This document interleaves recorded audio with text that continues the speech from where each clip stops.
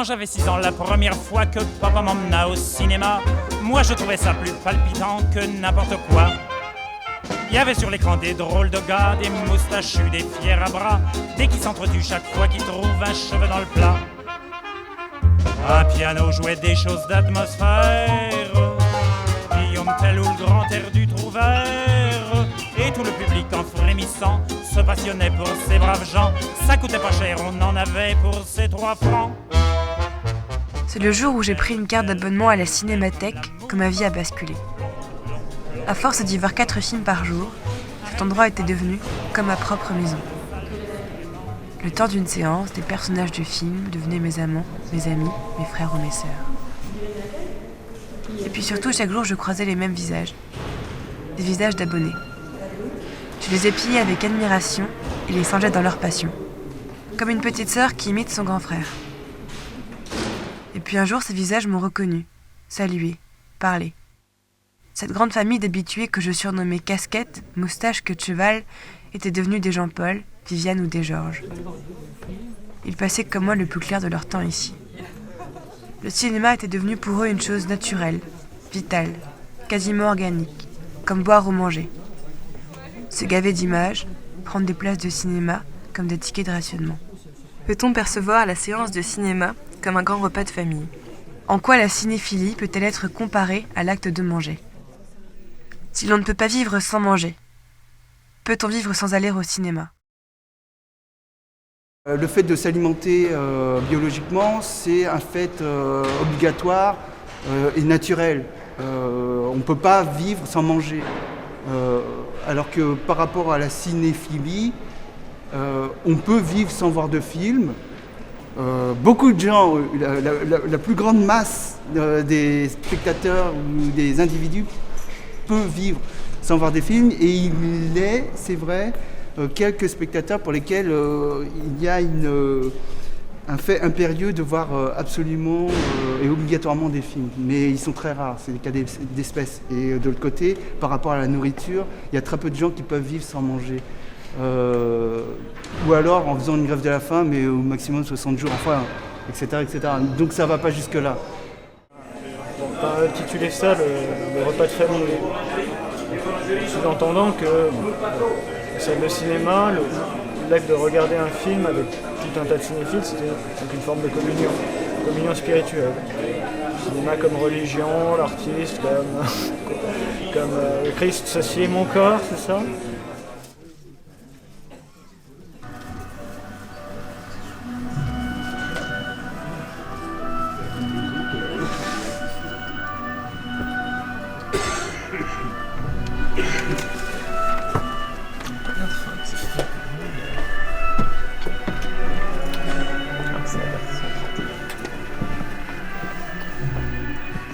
En fait, le rapport éventuellement cinéphilique ou amical, ça me rappelle parfois les relations de bistrot. C'est-à-dire qu'on vient, on peut même ne pas connaître son prénom pendant un certain temps, ne pas se connaître, ne pas savoir ce qu'on fait ailleurs, mais on parle essentiellement du cinéma. On peut parler d'autre chose et on se reverra en développant des discussions à bâton rompu, on va dire. Bon, alors, ça peut se passer bien sûr au bar 51 ou en face dans les brasseries, mais en fait, même ici, là, dans les salles d'attente, à la librairie, ça se produit. Lei non può negare che sono delle circostanze molto curiose. Ma che circostanze curiose? Qui c'è una confessione chiarissima. Mo te la leggo, La nourriture et le cinéma, oui, parce que moi j'aime bien bouffer, donc la foie gras magret, là, c'était super. Et après, Marcel L'Herbier, ça va bien ensemble. Mais non, il faut pas être cinéphile pour être cinéphage. C'est comme les collectionneurs qui collectionnent pour amasser, finalement, qu'on n'a rien à foutre, quoi, de leur truc. Il faut voir les films parce que, avant tout, c'est prendre du plaisir. C'est ça. C'est le plaisir avant tout. Voilà. Fatima avait une curieuse superstition. Elle se croyait capable de garder les images dans la main droite et le son dans la main gauche. Selon elle, il suffisait pour les attraper de laisser sa main quelques instants devant le projecteur. Rien. Je veux pas te l'apprendre. Elle était persuadée que ces images et ces sons avaient une très haute valeur nutritive. C'est pourquoi elle les mangeait et les mâchait continuellement. S'il y a une relation entre l'alimentation et le cinéma, en général, enfin, c'est un peu bizarre, on sait pas, enfin, j'ai du mal à me l'expliquer, c'est en rapport avec le vin ou plus généralement l'alcool. C'est à peu près les mêmes effets et c'est à peu près le même besoin. On peut s'en passer, on peut en boire beaucoup, etc. Et il y a même une spécialité, enfin l'œnologie, qui se rapproche de la cinéphilie. Et on sait par exemple que des bons critiques sont plutôt bons œnologues, bons amateurs ou très connaisseurs de vin, pareillement que pour le cinéma. Les Cahiers sont une famille de substitution pour leurs jeunes critiques. Père, parrain, fils adoptif, une histoire d'orphelin têtu et de famille choisie, a écrit Serge Danet. Les jeunes spectateurs mêlent leur propre histoire à celle qu'ils voient défiler sur le grand écran. Par nécessité ou par choix, le cinéma remplace la famille et les études. Peut-on considérer que le cinéma recrée des liens que l'on peut qualifier de familiaux? Là où je suis pas d'accord, je suis pas sûr que ça constitue une famille. Enfin, ces gens-là, tu les connais, tu les croises, mais tu les connais jamais vraiment. Moi, tu n'as jamais à vivre avec eux. Au contraire d'une famille avec qui tu as à vivre, avec qui que tu côtoies, dont tu partages certaines des lueurs et autres, et avec qui, au final, tu évolues, tu fais une vie. Et en somme, c'est pas vraiment une famille. Cette famille cinéphilique que tu as fait, c'est pas vraiment une famille. Tu peux partager, mais tu sais que ça ne blessera jamais trop si tu expliques ce qui te peine. Tandis que tu as toujours un peu peur de faire mal à tes parents proches, à ta famille. Je pense pas. Non. Et ensuite, le fait est que la raison pour laquelle j'ai pensé ça, c'est que moi-même, je m'isole, j'ai fini avec ma cinéphilie par m'isoler un peu de ma famille. Il y a eu d'autres facteurs aussi, mais le fait est que maintenant, invariablement, je mange devant mon ordinateur pour regarder au moins des films en DVD et que je passe la plupart de mes dîners ici. Donc en somme, la famille brille par son absence dans mes dîners. Donc je suis en train de me demander si en étant cinéphile de Cinémathèque, c'est pas justement ce qu'on fuit des repas de famille. Si la chose vitale, c'est la chose dont on ne peut pas se passer, certainement oui. Moi, j'ai eu un moment dans ma vie où j'ai mis le cinéma de côté. Ça a duré un an ou deux pour des raisons très personnelles, vraiment qui tenaient à ma vie à ce moment-là. Donc, je me consacrais plutôt à un projet artistique tout personnel.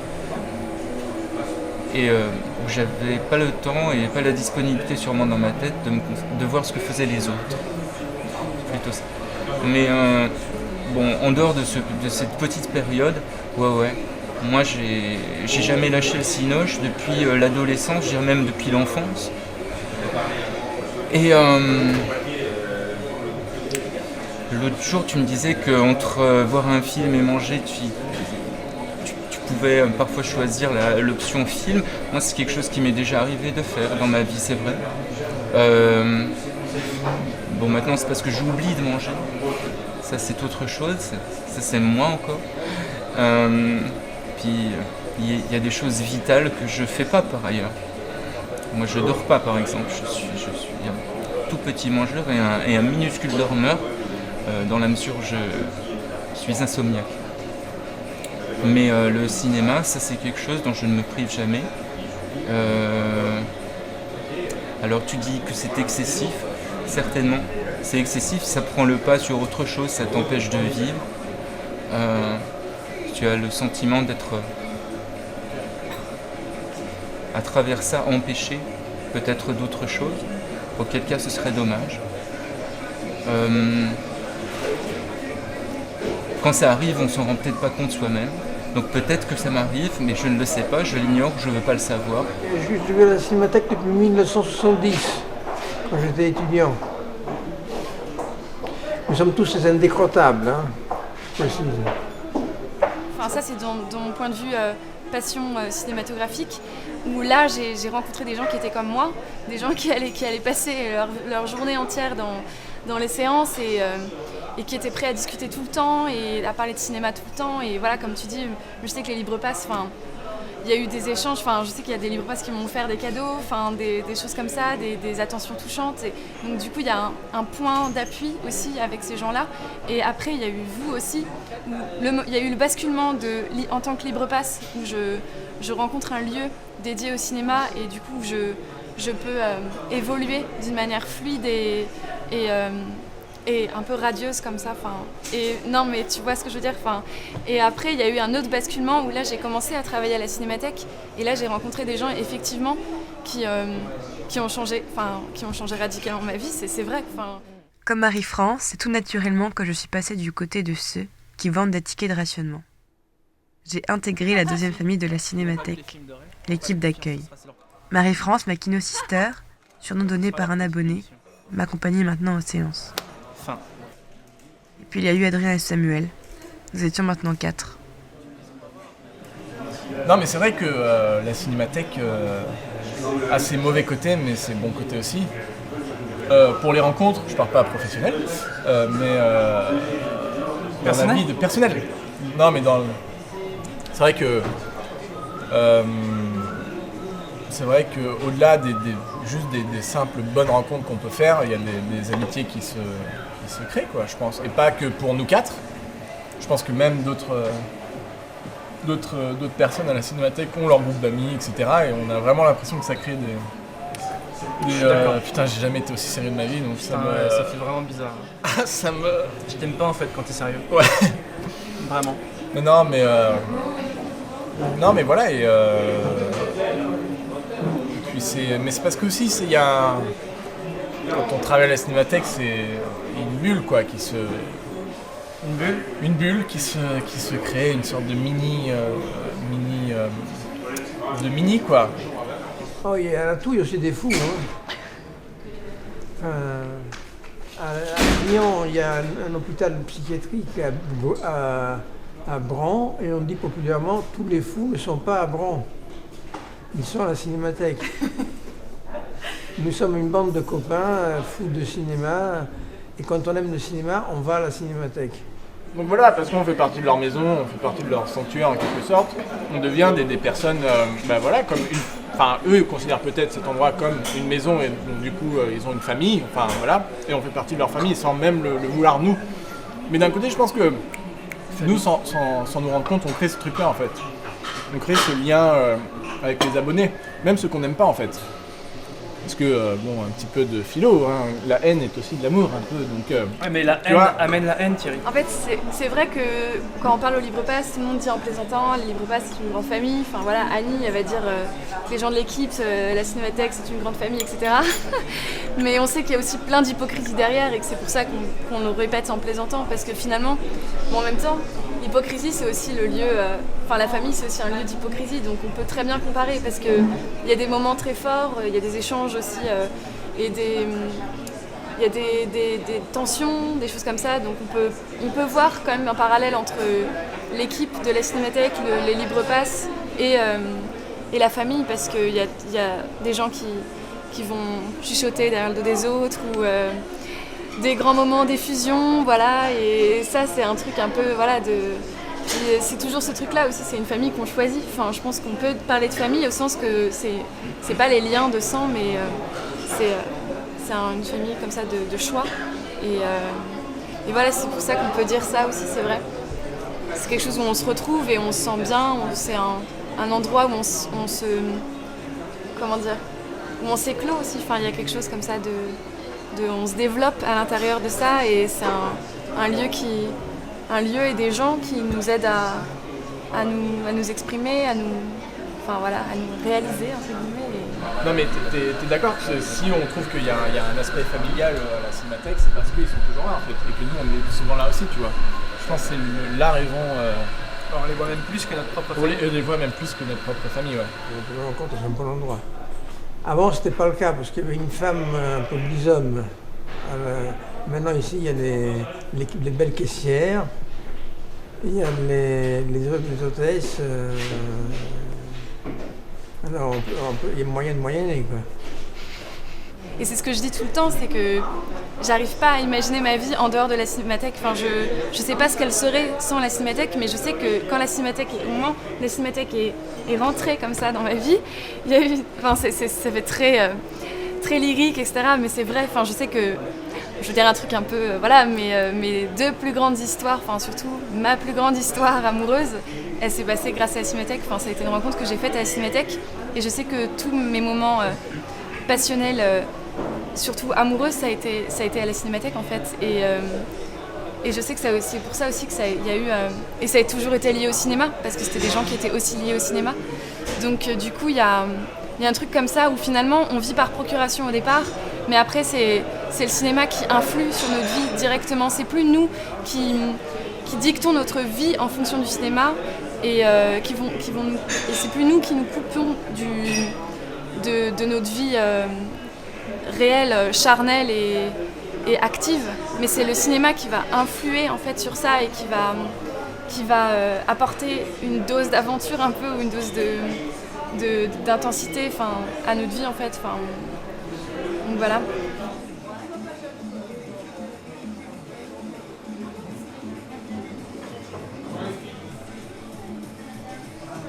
Bonne soirée.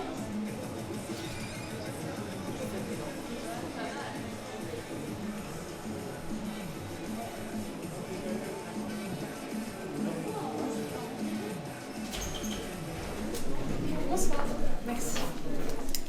Et voilà.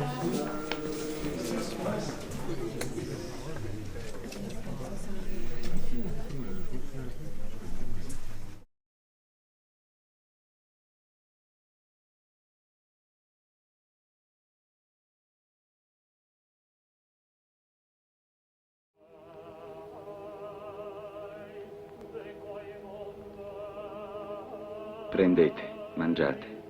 Questo è il mio corpo.